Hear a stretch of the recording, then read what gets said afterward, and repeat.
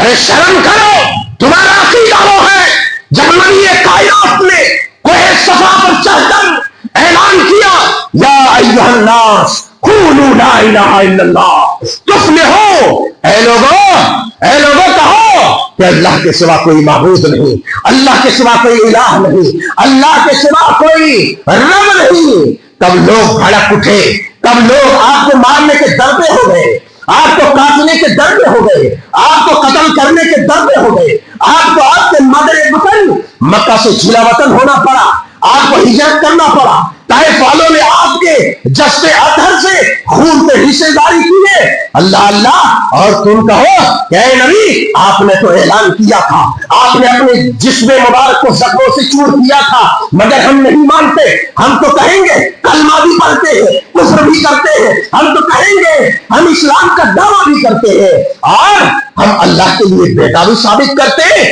ہم اللہ کا شریک بھی ثابت کرتے ہیں، اللہ کا ساجی بھی شریک ٹھہراتے ہیں۔ تو سن لو، پھر نہ تمہارے ایمان کی کوئی وقت ہے۔ اللہ کے پیارے نبی جناب حضرت عیسیٰ رسول اللہ صلی اللہ علیہ وسلم نے اللہ تبارک و تعالیٰ کا یہ کلام، اللہ نے آپ کی ان باتوں کا ذکر فرمایا جس میں آپ نے کہا تھا حضرت عیسیٰ رسول